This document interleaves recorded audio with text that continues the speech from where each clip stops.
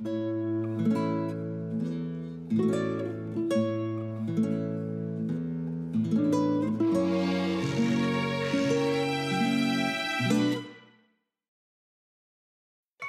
kalian makan kue pasir ini? Apa kalian tahu siapa yang membuatnya? Pasti tidak tahu. Aku akan ceritakan tentang sesuatu.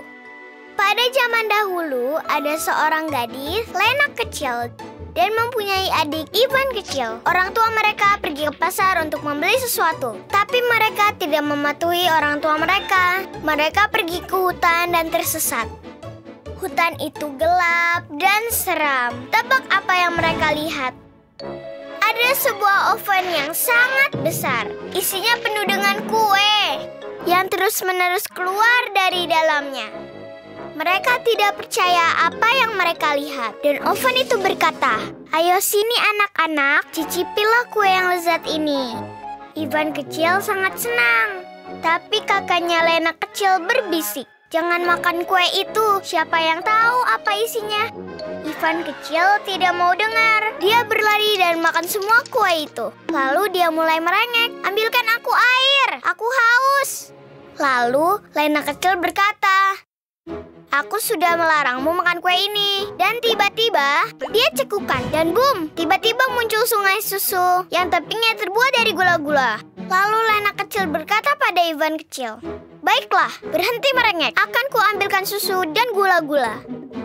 Tapi Ivan kecil bukan anak yang baik. Dia tidak patuh pada siapapun. Dia mulai berguling di tanah dan bilang, "Aku tidak mau sabar, aku haus. Aku mau minum dari jejak kaki kambing ini." Dia anak yang nakal.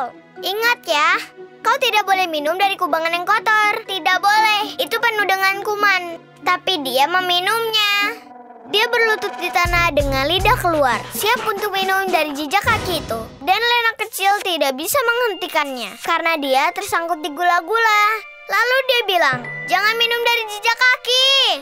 Nanti kau berubah menjadi kambing." Tapi lagi-lagi, adiknya tidak mau mendengarkan dan tetap minum dari jejak itu. Jenis kuman apa yang ada di kubangan? Tiba-tiba Ivan kecil jadi berbulu. Lalu pohon apel yang tumbuh di dekat situ berkata padanya dengan manis, "Oh Ivan kecil, kau mau mencicipi apel masku?" Ivan kecil mencicipinya, lalu tumbuh tanduk di kepalanya dan kuku kecil di tangan dan kakinya. Lalu dia berubah menjadi kambing. Pada saat itu, ada sekelompok angsa ajaib yang terbang melintas.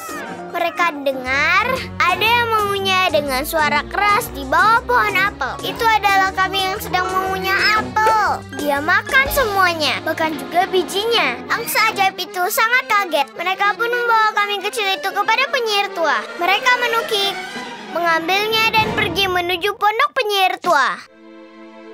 Ketika penyihir tua itu melihat kambing kecil, dia menyukainya. Karena dia sangat lucu, bagus, dan sangat gemuk. Sehingga penyihir tua itu ingin menelan kambing kecil. Penyihir tua mulai memanaskan ovennya dan mulai bernyanyi. Penyihir tua punya kebun kambing kecil dan api untuk makan kambing kecil sesuai keinginannya.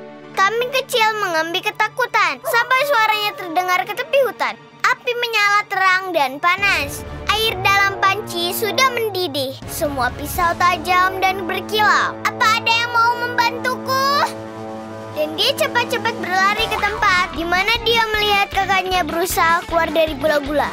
Penyihir tua melihat kambing kecil telah melarikan diri dan menyuruh angsa ajaibnya untuk membawanya kembali. Lena kecil baru saja keluar dari gula-gula. Dia menjemput adiknya, tapi tidak tahu harus bersembunyi di mana. Dia tersesat, duduk di tanah dan mulai menangis. Oven itu memerah tersipu malu karena telah menyuruh Ivan kecil makan semua kuenya. Dia menyembunyikan mereka di dalamnya. Angsa ajaib menukik turun dan tidak melihatnya. Lena kecil tidak bisa menemukan jalan keluar dari hutan itu. Tapi Ivan si kambing kecil bisa menemukan jalan untuk pulang. Ketika sampai di rumah, Lena kecil menceritakan yang terjadi. Lalu Ivan kecil dibawa ke semua dokter dan diberi semua macam obat. Akhirnya dia menjadi anak-anak lagi. Jadi sebaiknya kau jangan makan sembarangan di tempat yang asing. Dan jangan minum air apapun selain air matang atau dari botol bersih. Nanti kau menjadi kambing dan dokter tidak mau menolongmu.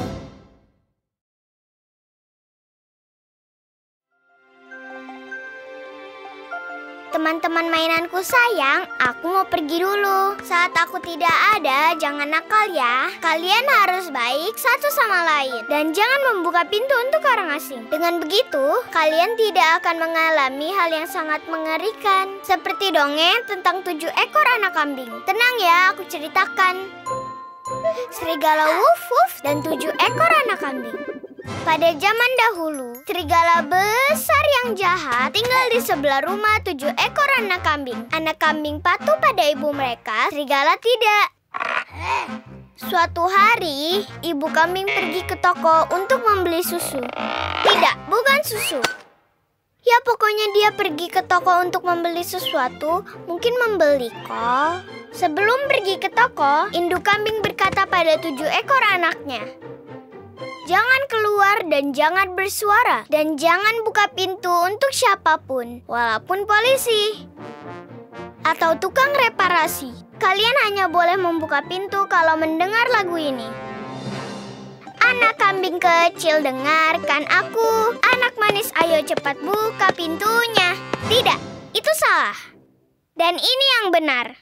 Dengar manis, anak kambing kecil, aku hanya meminta tolong buka pintunya. Indukmu yang suaranya merdu membawakan susu. Karena membeli kol harus menyanyikan lagu kol. Dengar manis, anak kambing kecil, aku hanya meminta tolong buka pintunya. Indukmu yang suaranya merdu telah membawakan kol. Nah, serigala jahat tadi telah menguping dan mendengar lagu itu. Serigala besar benar-benar jahat karena menguping itu kan tidak sopan. Lalu, begitu induk kambing pergi, serigala jahat berlari ke sana dan mulai menggedor pintu. Dan dia bernyanyi, "Dengar manis, anak kambing kecil, aku hanya meminta tolong buka pintunya. Indukmu yang suaranya merdu membawakan susu." Dia berpura-pura menjadi induk mereka, tapi suaranya seperti mesin yang meraung-raung. Jadi ketujuh ekor anak kambing itu berkata pada serigala besar jahat, "Pergi, kau bukan induk kami. Ibu kami sedang pergi membeli kol." Walaupun pintu tidak dibuka, tapi serigala besar jahat ingin memakan mereka. Dan dia pun mendapat akal. Dia pergi ke pandai besi dan memintanya untuk dibuatkan suara tinggi. Lalu pandai besi mengeluarkan sebuah palu besar dan menggunakan palu itu untuk membuat serigala besar jahat bersuara sangat tinggi dan melengking. Sekarang serigala jahat bisa berpura-pura menjadi induk kambing. Lalu dia mendatangi rumah ketujuh ekor anak kambing itu lagi dan mulai bernyanyi di depan pintu. "Dengar manis, anak kambing kecil, aku hanya meminta tolong buka pintunya. Indukmu yang suaranya merdu telah membawakan." Tidak. Suara siapa yang kalian semua kenal? Ketujuh ekor anak kambing itu senang sekali. Mereka mulai kegirangan. Ibu sudah pulang. Dan mereka mulai membukakan pintu. Hanya anak kambing ketujuh yang punya firasat buruk bersembunyi di dalam oven. Serigala besar jahat masuk ke dalam rumah dan menelan ke-6 ekor anak kambing itu, satu demi satu. Dan dia sama sekali tidak kesulitan. Dia terus mencari anak kambing yang ketujuh. Dia mendengar suara bersin. Ada yang bersin di dalam oven. "Ah," katanya, "di sini kau bersembunyi dariku. Kau tunggu saja. Aku juga pasti akan memakanmu." Suara serigala besar jahat itu sangat tinggi dan menyeramkan, dan dia menggertakkan giginya karena marah. Tapi tetap saja dia tidak bisa menangkap anak kambing itu. Dia meniup sekuat tenaga, tapi hanya debu yang keluar. Lalu dia meniup lagi, dan angin mulai membuat cerobong asap bersuara. Lalu dia lari keluar rumah, lari, masuk lagi, dan meniup sekencang-kencangnya. Wajahnya memerah. Serigala jahat itu meniup sekuat tenaga, tapi ovennya tidak hancur. Seperti gajah yang digigit nyamuk kecil, dia tidak bisa menerbangkannya. Karena oven itu terbuat dari batu bata. Lalu serigala besar jahat berpikir, aku bisa menangkap anak kambing itu lewat cerobong asap. Lalu dia mulai naik ke atap. Tidak mudah naik ke atap saat perutnya penuh. Dia jatuh 2 kali. Lututnya lecet semua. Bulunya tertutup dengan arang. Akhirnya dia bisa naik, tapi tidak bisa masuk ke cerobong asap karena perutnya penuh dengan anak kambing. Lalu dia mengeluarkan semua anak kambing itu dari perutnya di atap dan berkata, "Ingat, kalian jangan bersuara.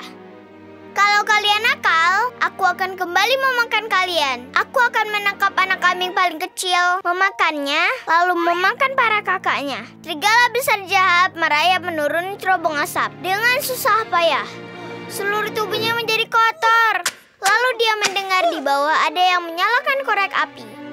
Dan itu adalah induk kambing yang sudah pulang dan mulai memanaskan oven untuk memasak kol. Ketika serigala besar jahat masuk ke dalam cerobong asap, induk kambing pulang membawa kol, menyanyikan lagunya, menurunkan anak-anaknya dari atap, dan memberitahu anaknya yang bungsu tidak boleh masuk ke dalam oven. Ketika induk kambing menyalakan api, ekor serigala jahat ikut terbakar. "Apa yang kau lakukan padaku? Aduh, sakit!" Dengan susah payah, dia keluar dari cerobong asap dan berlari ke hutan untuk mengobati ekornya. Induk kambing berdiri sambil mengedipkan mata terkejut karena dia tidak tahu kenapa serigala jahat itu ada di dalam ovennya. Dan begitulah kisah yang terjadi pada mereka. Ups, aku lupa waktu. Sekarang aku terlambat. Jadi kalau kalian ingin makan kol lagi, jangan buka pintu untuk orang asing yang berbahaya.